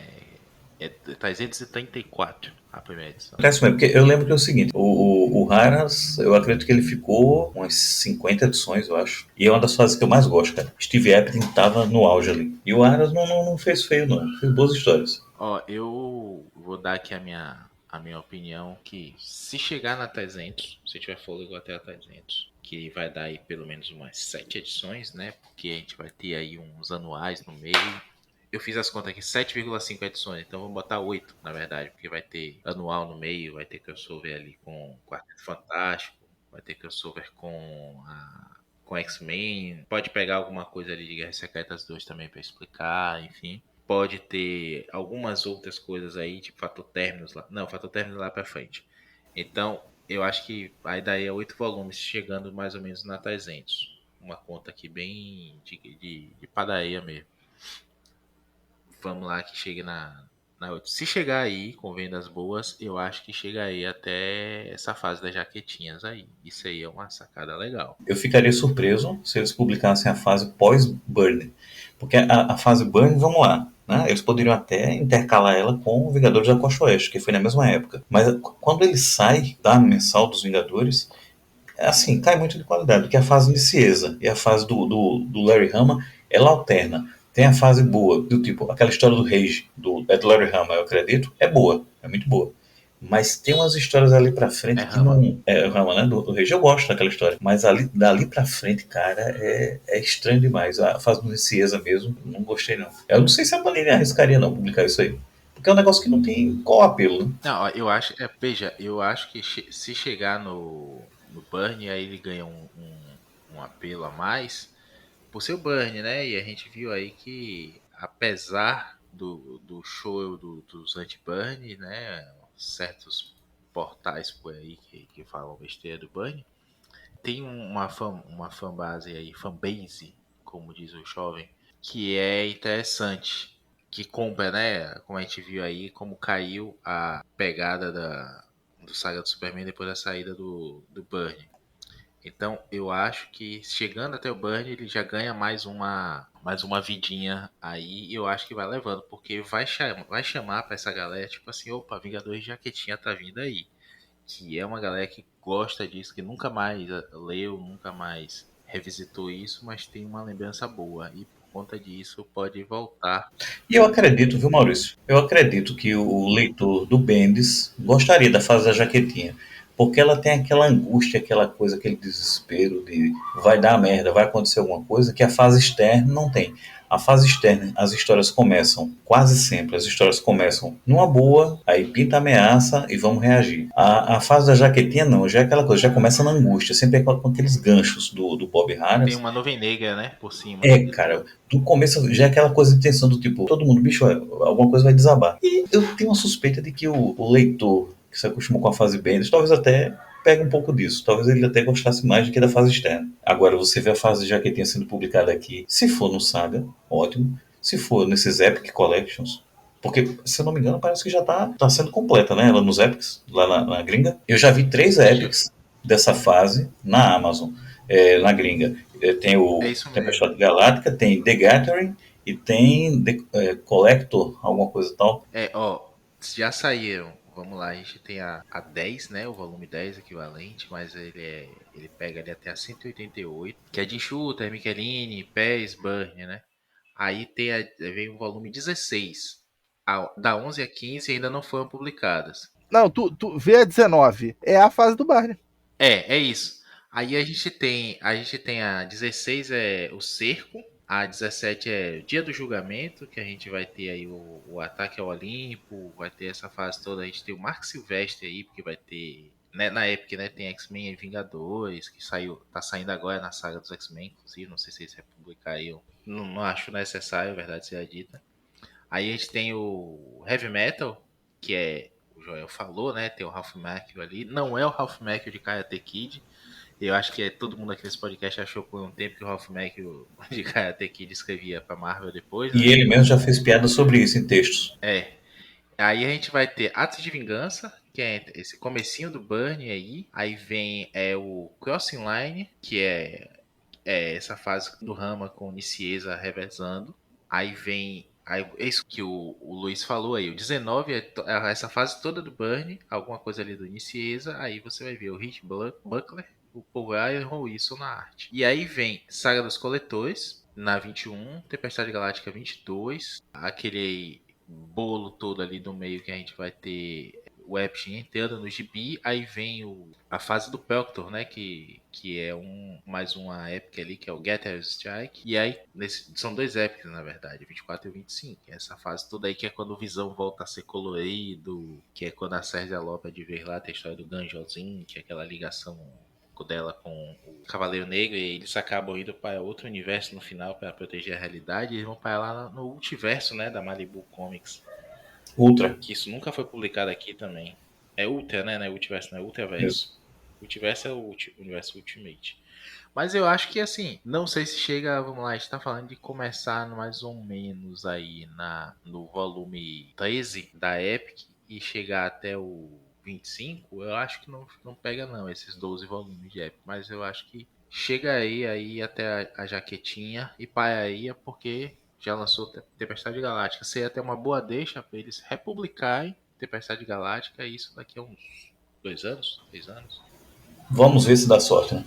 Pegando mais ou menos um pouco da opinião de cada um, poderia ir de Saga até a 303, que é o final da Heavy Metal, lançar a Epic do Atos de Vingança, poderia lançar o Crossing Line e o Collection Obsession, que aí fechava até a Operação Tempestade Galáctica, o volume 22. É uma boa sacada se lançar o Atos de Vingança como Epic, né? Porque vai ter ali outras edições dos Vingadores, de outros Vingadores tem títulos próprios no meio.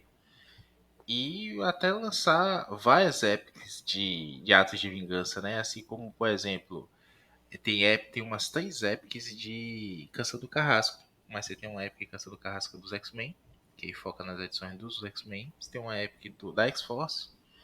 Você tem uma épica do X-Factor também, né? Então cada uma tem um recorte diferente. Algumas edições se repetem entre uma e outra, mas vai dar um enfoque no titular, no dono da épica, né? E dá pra fazer isso com Atos de Vingança também, né? Dá pra falar um Ato de Vingança dos Mutantes, um Ato de Vingança dos Vingadores, Ato de Vingança do Aranha também. Que aqui não saiu como Ato de Vingança, saiu como aquela fase cósmica, né? Poderes cósmicos. Que é justamente quando ele encontra o poder lá do Capitão Universo e é divertidíssimo. Tem uma graphic Marvel que saiu aqui no meio, que é aquela do Imperador Destino. Também inédita no Brasil, podia sair junto. Vocês leram essa do Imperador Destino? Rapaz, eu nunca li essa. Agora, Eu tenho curiosidade de ler. Também nunca li, não. Sei que é lindo o desenho. Eu tenho curiosidade de ler porque o que eu li dessa época de gráfico em Marvel foi aquela Vingadores A Gruta. É um que saiu aqui no Brasil. Esse eu A li. do Venom. É, que tem o Venom na capa, a arte do Ron Lim. Uma besteira. É uma capa verde cana. É Escape the Vault. Saiu também nessas épocas. Pois é, o que eu tenho curiosidade de ler é esse Imperador Destino. E uma que a gente já falou em outro podcast, não lembro qual foi, Maurício. É uma saga ou uma graphic novel, não sei. Você pesquisou a respeito. Que tem os steps da Trindade. É o Máquina de Combate, o Trovejante e o Agente Americano. É o Terminator Objective, né? Eu tenho curiosidade de ler isso. Nunca, toda vez eu esqueço e nunca baixo. Ele tá numa época que é a época do 24. A Terminatrix é uma encarnação da Ravonna. Então, entre erros e acertos, de certa forma, temos que parabenizar a Panini por ter trazido essa saga essa fase, pelo menos metade dela, né? Metade dessa fase querida pelos leitores mais antigos. Concordo, infelizmente a gente ainda é refém da Panini, infelizmente a gente tá passando na banca, ou então ficar olhando, esperando baixar o preço na Amazon para comprar. Mas eu não vou resistir, tal qual não resisti a pegar pelo menos as primeiras do Aranha, e para decidir. Não vou dar spoiler ainda, vou falar isso no Pilha do Aranha, se eu vou continuar a coleção. Mas eu vou também pegar essa dos Vingadores, pelo menos as primeiras, pra decidir se eu vou fazer essa coleção aí ou não. Mas é foda, bicho, porque é o Bucemão, um formato legal. Esse material eu não tenho em Epic, vai demorar ainda pra sair. A arte do cara é muito boa, tava folheando algumas coisas aqui no tablet, em scan, e pô, é legal demais. Mesmo eu não tendo lido algumas dessas histórias aí, só de ver a arte dele, né? Você, tipo assim, sabe quando toca a musiquinha da série que vai começar e você já prepara o seu espírito, porque vai ter 40 minutos ali daquela série que você curte, e aí você se sente confortável? É a arte do Bucemão pra mim. Olha que eu nem sou fã assim do Conan, nunca li.